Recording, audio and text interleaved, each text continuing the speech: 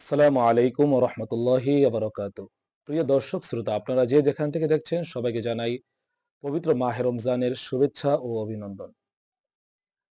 এই মাহে রমাদান মাস আমাদের জন্য ইবাদতের মাস, রহমতের মাস, নাজাতের মাস, মাগফিরাতের মাস। এই রমজান মাস আগমন করার সাথে সাথেই প্রত্যেক মুমিন মুসলমানের উপর কিছু কাজ করা আবশ্যক হয়ে যায়। তার মধ্যে অন্যতম একটি হচ্ছে রমজানের রোজা রাখা।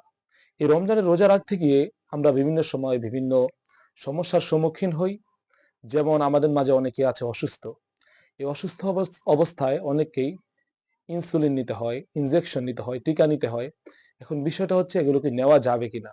আমাদের মনেকে আমাদের অনেকের মনেই আশঙ্কা সৃষ্টি হয় যে আসলে আমি যদি ইনজেকশন নেই তাহলে আমার রোজাটা কি ভেঙে যাবে কিনা?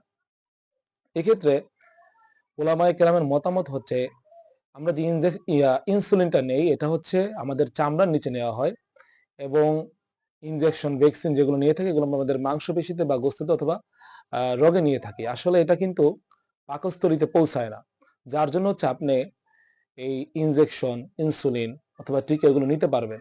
কিন্তু আপনি নিতে পারবেন যদি এরকম কোনো ইনজেকশন, ইনসুলিন বা এরকম কোনো ইনজেকশন আপনি পুশ করেন যেটাতে ফুড ভ্যালু রয়েছে, যার মাধ্যমে হচ্ছে যেগুলো হচ্ছে এনার্জেটিক ইনজেকশন যেগুলোকে বলা হয়, যেগুলো দেওয়ার পরে আপনার ৩-৪ দিনে ক্ষুধা লাগবে না।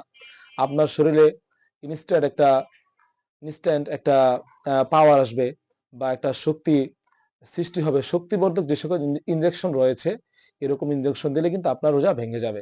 কিন্তু যেগুলো আমরা সাধারণত ওষুধের জন্য ব্যবহার করে থাকি, এরকম ইনজেকশন দেওয়া যাবে। অসুস্থ রোগীরা দিতে পারবে। রোজার কোনো ক্ষতি হবে না। তবে যে সকল ইনজেকশনে ফুড ভ্যালু রয়েছে অথবা এনার্জেটিক ইনজেকশন যেগুলো রয়েছে, এগুলো দিলে কিন্তু রোজা ভেঙে যাবে।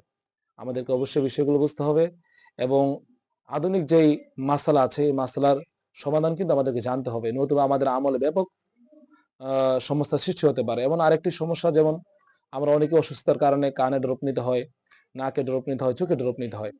এক্ষেত্রে ওলামায়ে কেরামের মতামত হচ্ছে যদি আপনার এই ড্রপ প্রয়োগ করার পরে, ব্যবহার করার পরে যদি পাকস্থলীতে না যায় এবং এর যে তিক্ত বা মিঠা যে স্বাদ রয়েছে সেটা যদি আপনার পাকস্থলীতে পৌঁছে না যায়, যদি না যায় সেটা, তাহলে হচ্ছে আপনি এই ড্রপ গুলো বা এই ওষুধগুলো ব্যবহার করতে পারবেন। কিন্তু যদি আপনার নাকে ওষুধ দেওয়ার সাথে সাথে সেটা পাকস্থলীতে চলে যায় গলা দিয়ে, তাহলে কিন্তু আপনি সেটা ব্যবহার করতে পারবেন না।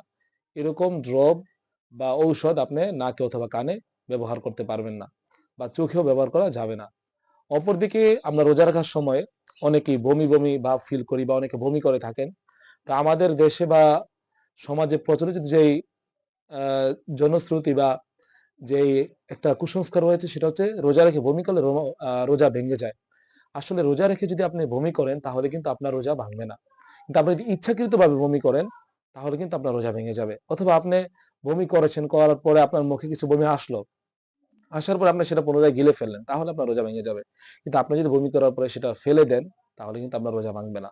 আল্লাহ তাআলা আমাদেরকে কোরআন ও সুন্নাহ ভিত্তিক জীবন যাপন করার তৌফিক দান করুক।